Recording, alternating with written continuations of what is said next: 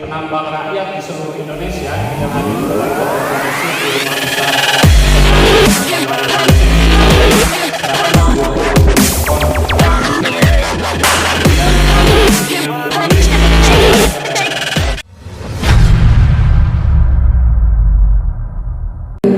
yaitu akan disampaikan oleh perwakilan dari Dinas Pekerjaan Umum, Tata Ruang Perumahan Rakyat dan Kawasan Pemukiman Bidang Lingkungan Hidup dari Kabupaten Tasikmalaya, dan begitu kepada yang terhormat Bapak Haji Patra, tahan kami persilakan.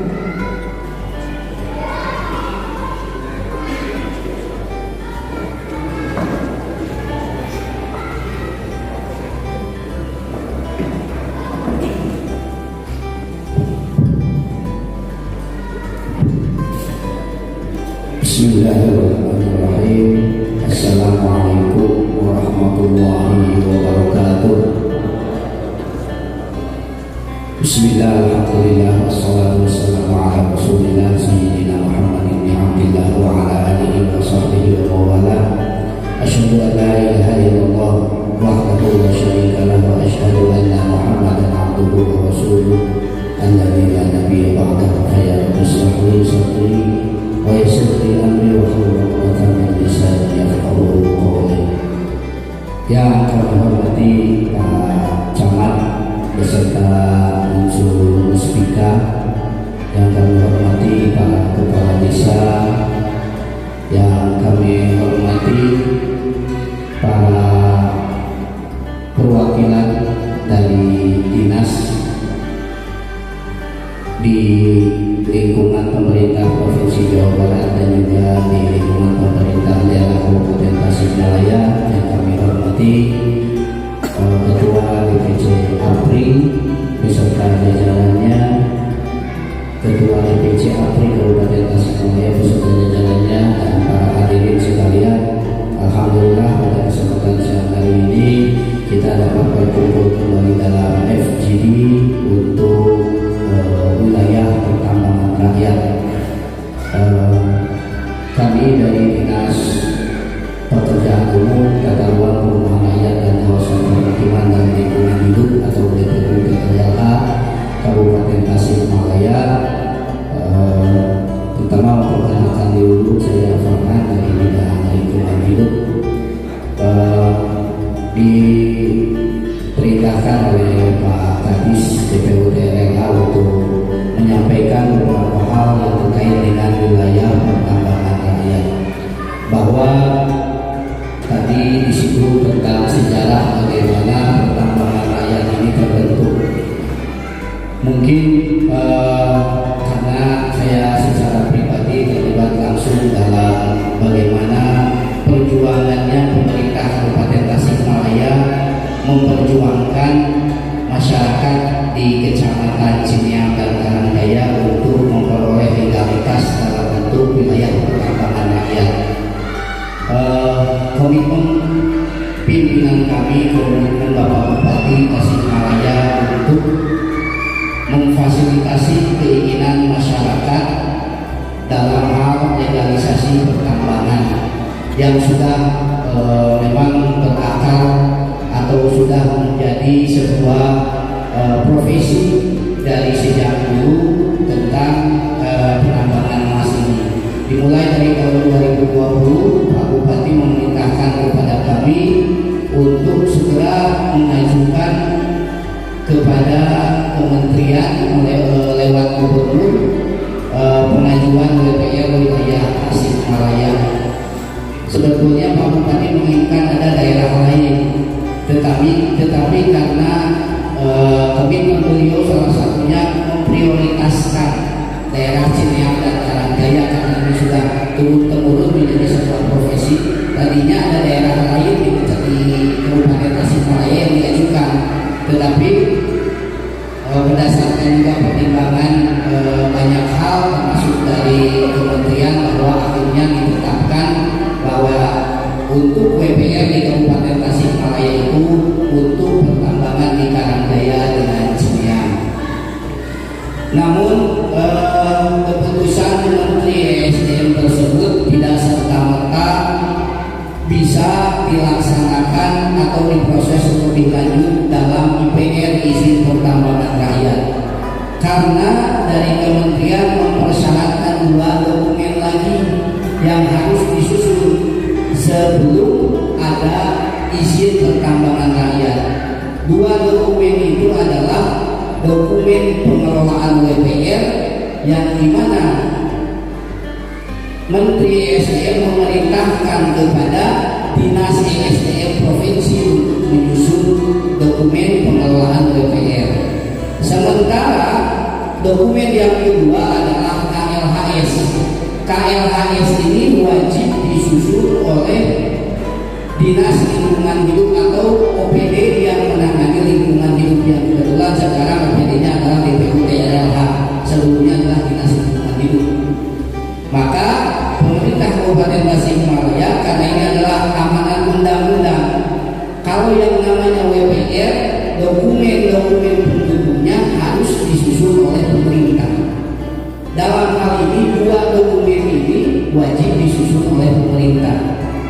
Nah, tadi yang dokumen pertama, dokumen pengelolaan WPR, nanti akan disusun oleh SDM Provinsi. Sementara yang kedua KLHS atau kajian lingkungan hidup strategis. Bapak-bapak mungkin harus lebih langsung kenal kumaha karena KLHS dan kumaha apa saja yang ada di dalam dokumen KLHS tersebut. Dan nah ini sedikit mungkin ini ada, meskipun tadi sudah disebutkan oleh Pak Beben, WPR wilayah pertambangan rakyat adalah bagian dari wilayah pertambangan tempat dilakukan kegiatan usaha pertambangan rakyat.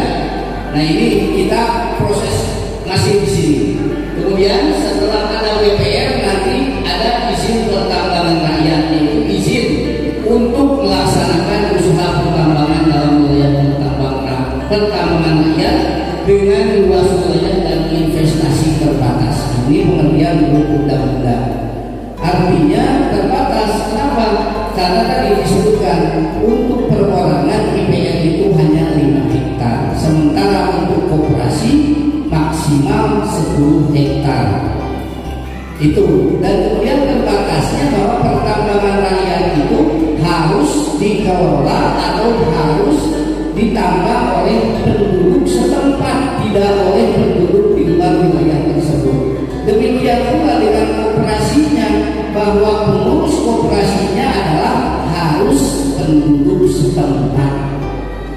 Jadi ini harus dipahami oleh semuanya, jangan sampai bahwa penduduk di luar wilayah Karanggaya dan Cineam, khususnya desa-desa yang nanti masuk ke dalam wilayah pertambangan rakyat, itu bisa menambah di daerah apa tidak, Pak. Ini pengawasan oleh kepala desa, mungkin lebih khusus lagi bahwa memang ketentuannya seperti itu. Selanjutnya, nah apa itu KLHS? Dokumen KLHS ini rangkaian yang sistematis, menyeluruh dan partisipatif. Artinya nanti dokumen ini akan disusun secara sistematis dan partisipatif. Harusnya tahu Pak bahwa ini akan melibatkan masyarakat. Jadi pertemuan seperti ini nanti akan dilakukan kembali ketika penyusunan KLHS. Entah untuk hingga KLHS keamanan, kondisi di lapangan kumaha ternyambung, maka nanti mohon bantuannya juga melalui APRI ataupun koperasi-koperasi yang nanti akan dibentuk, bahwa ini dokumen ini sifatnya partisipatif. Jadi ada FDP lagi untuk penyusunan dokumen KLHS. Nah, apa saja yang ada di dalam dokumen KLHS? Yang paling inti ada 6 sebetulnya. Yang paling inti adalah KLHS ini atau kajian lingkungan hidup strategis ini memuat daya dukung dan daya tampung lingkungan. Bapak-bapak, ibu-ibu sekalian, lingkungan kita itu mempunyai kapasitas, mempunyai daya dukung dan daya tampung. Contoh Pak, sungai mempunyai daya tampung. Kemampuan setiap sungai itu berbeda. Misalkan saya ambil contoh, sungai itu misalkan daya tampungnya dapat menampung limbah itu misalkan 20. Tah lamun langkung di 20 kita anu bercemaran. Kata sebanyak. Maka di dalam KLHS ini kita menghitung apakah lingkungan ini masih mendukung untuk kegiatan yang ada di atasnya. Bapak-bapak biasanya misalkan dalam pertambangan mencuci misalkan batuan dan batuan tersebut misalkan ke sungai, apakah sungainya masih menampung? Apakah sungainya masih sanggup mendukung kehidupan di atasnya? Kalau sudah melewati itu berarti memanfaatkan sungai nantinya bakal terkena dampak dari kegiatan. Makanya di sini harus partisipatif ibu bapak sekalian. Artinya bapak-bapak di sini mempunyai komitmen akan mengelola lingkungan. Supaya apa? Supaya lingkungan masih mendukung dan masih menampung kegiatan yang ibu-ibu atau bapak-bapak lakukan dalam hal pertambangan. Itu intinya KLHS. Maka KLHS ini mendampingi dokumen yang disusun oleh SDM tadi. Ketika misalkan kajian geologisnya seperti ini misalkan di dalam dokumen yang disusun oleh SDM itu bahwa potensi emas di sini berapa untuk berapa lama misalkan. Nah, LH mendampingi bahwa potensi seperti ini dengan waktu tambang seperti ini yang harus dilakukan oleh bapak-bapak adalah begini. Karena jawabannya seperti itu. Kenapa harus ada KLHS? Karena untuk mendampingi lingkungan tidak bisa dipertahankan lagi bapak-bapak ibu-ibu sekalian. Lingkungan itu adalah lamun gesusah pemulihan sesama. Makanya instrumen KLHS ini masuk ke dalam pencegahan supaya kegiatan yang dilakukan dalam proses pertambangan tidak berdampak negatif kepada lingkungan. Itu pentingnya KLHS. Makanya dengan adanya nanti pertambangan yang dikoordinir, kita akan lebih mudah untuk mengendalikan, mengawasi. Beda kalau ini itu tanpa terkendali itu akan sangat sulit. Maka kami sangat menganjurkan kepada bapak-bapak ibu sekalian yang berprofesi sebagai penambang bersatu untuk kooperasi, untuk 10 hektar untuk kooperasi.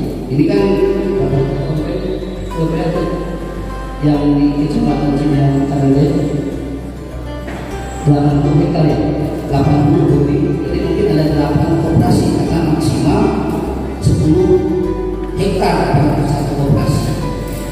Nah itu intinya KLHS. Kemudian selanjutnya, nah ini KLHS ini berfungsi sebagai pencegahan. Di dalam PP 22/2021 pasal 10 disebutkan apabila suatu daerah sudah mempunyai dokumen perencanaan yang dilengkapi KLHS, maka itu digolongkan pada daerah yang dikecualikan menyusun AMDA. Jadi tidak perlu lagi menyusun AMDA, ibu-ibu bapak-bapak sekalian para penambang koperasi, tapi cukup menyusun nanti ada namanya UKL-UPL. UKL-UPL hanya satu koperasi satu. Upami bapak-bapak tengah hiji, ya, upami bapak-bapak tengah hiji, sekurang tidak ada. Misalkan bapak misalkan dari 5 hektar, tengah hiji berarti menayo 5 UKL-UPL. Tapi lamun bersatu di koperasi cukup 1 UKL-UPL. Jadi aturannya seperti itu. Maka tidak usah menyusun angka tapi cukup UKL-UPL. Itu dikoordinir, itu salah satu perlindungan dari koperasi. Ya. UKL-UPL disebutkan singkatannya. Jadi begini Pak, di dalam dokumen lingkungan teh ayat lupa anu kahiji AMDAL, anu kadua UKL-UPL, anu katilu SPPL. Eta tilu Pak. AMDAL upami kegiatanna agung upami dina multisektor disebutkeun kegiatanna langkung di 5 hektar, bangunanna langkung di 10.000 meter persegi. Eta wajib amdal. Upami luasanna di bawah eta berarti UKL.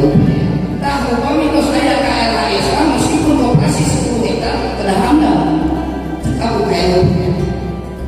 Ya, cekap UKL. Jadi nanti kita juga nanti kalau diminta oleh publik kita akan menjelaskan secara lebih detail bagaimana nanti proses perizinan. Kita akan mendampingi meskipun Bapak ini kewenangannya adalah kewenangan provinsi, tapi kita akan mendampingi membantu pemerintah provinsi untuk melakukan pembinaan dan pengawasan karena dalam waktu hujan dan provinsi sedaya di Sepengan apalagi tidak mengetahui kondisi existing di lapangan, maka kami pasti akan turun. Maka apabila nanti diperlukan oleh APRI atau oleh koperasi kita untuk membina tentang dokumen lingkungan atau tadi dengan ESDM tentang bagaimana good mining practice tentang yang berwawasan lingkungan, insya Allah kita siap memfasilitasi. Ya, nah itu ada pengecualian amdal bagi suatu daerah yang sudah mempunyai KLHS, maka KLHS ini begitu pentingnya menjadi persyaratan nanti adanya wilayah pertambangan rakyat selanjutnya. Nah, ini amanat undang-undang bahwa kawasan strategis ini masuk kawasan strategis, Pak. Maka setiap kawasan strategis itu wajib dilengkapi dengan KLHS. Ya, termasuk juga nanti ada bagaimana mengendalikan kondisi tanggap darurat bencana, ada itu Pak nanti di KLHS. Ada beberapa yang akan pasti dibahas di dalam KLHS selanjutnya. Nah, ini contoh. Ada KSP BPJB Kertajati. Siapa? Masyarakat ini penambah singkatan tadi UKL. Ya, UKL itu upaya pengelolaan lingkungan dan upaya pemantauan lingkungan. Ya, UKL itu upaya pengelolaan lingkungan dan upaya pemantauan lingkungan. Itu bagian dari dokumen lingkungan itu tadi Pak. Anda upami amdal untuk wajib produk KLPL. Upami untuk SPPL, tapi untuk kegiatan pertambangan mah KLPL dan tambang tidak ada SPPL. Kalau dalam satu koperasi cukup satu aja. Tapi kalau perorangan izin. Nah gitu, jadi anu sahektar misalkan dengan izin karena koperasi mana KLPL, anu 3 hektar sami KLPL, tapi upami izin masuk 10 hektar koperasi satu aja. Gitu. Nah ini contohnya, contoh yang sudah ada kawasan strategis BPJB Kertajati Bandara di Mandalika. Jadi ada KLHS-nya. Jadi KLHS-nya nanti apakah di sini ada muatan yang susun? Ya, KLHS-nya apa? Kajian lingkungan hidup strategis. Kajian lingkungan hidup strategis tadi awal ya. Nah, yang di dalam KLHS itu ada 6 muatan Pak.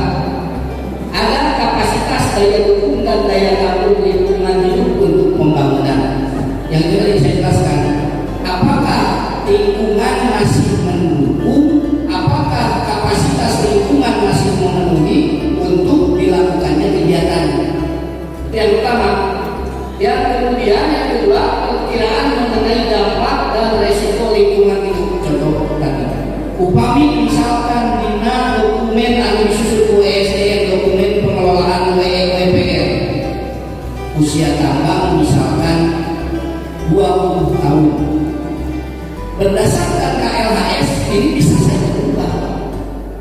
20 tahun dan acan aya kajian lingkungan.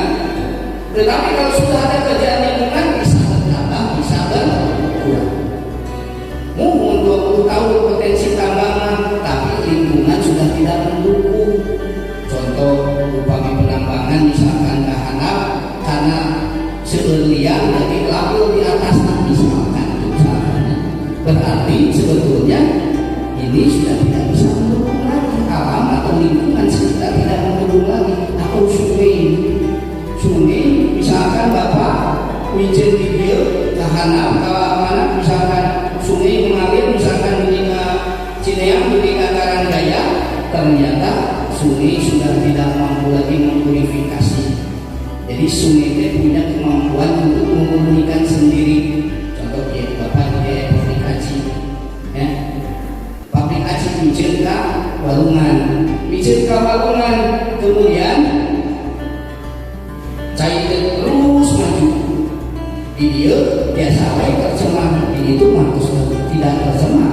Nah, terus saya proses purifikasi, pemurnian air itu atau sungai itu bisa memurnikan dengan berjalannya sungai itu ya. Nah kemudian tapi upami tos dengan daya dukung daya tampung si sungai itu sudah tidak bisa lagi memurnikan. Di dia tercemar berat, ditulis tercemar berarti si sungai kita sudah tidak mampu menampung lagi hasil usaha atau sisa-sisa produksi kegiatan. Nah, maka di dalam KLHS itu dihitung bagaimana perkiraannya. Oh dia mampu sanggup sekian puluh tahun.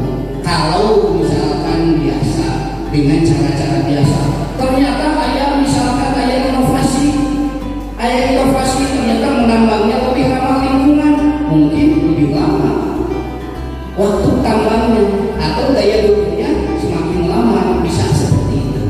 Kemudian yang ketiga adalah kinerja layanan atau jasa ekosistem.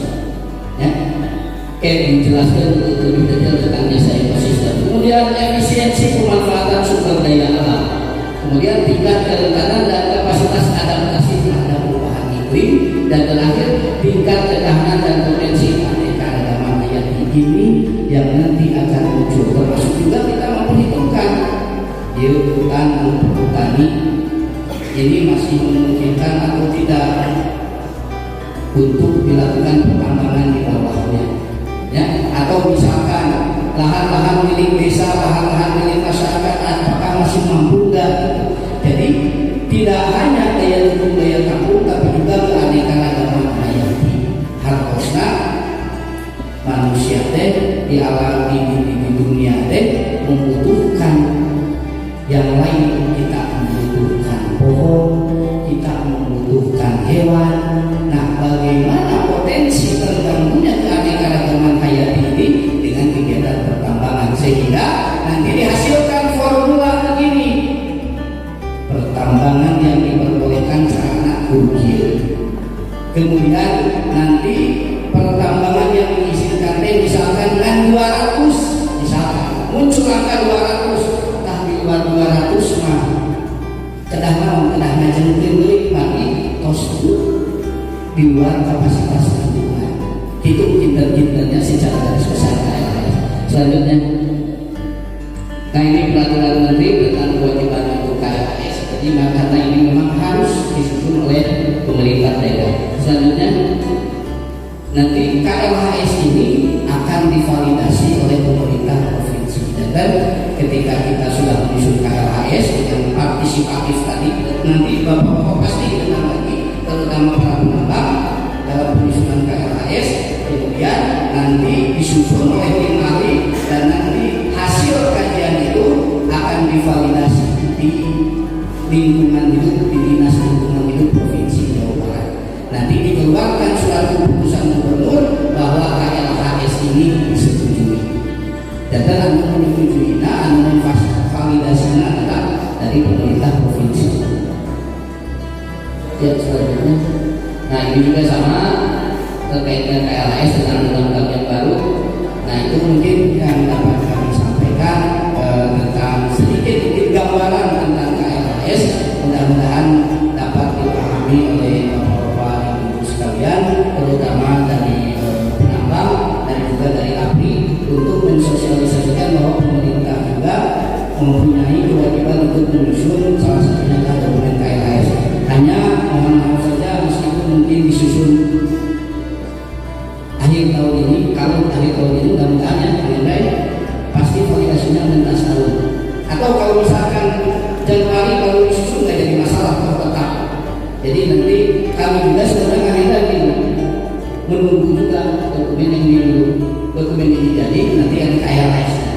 Jadi menunggu dokumen jadi kemudian ada KLHS-nya, itu baru kita nanti pastilah kita dikomunikasikan kepada APRI nanti. Demikian yang dapat disampaikan. Wassalamualaikum warahmatullahi wabarakatuh.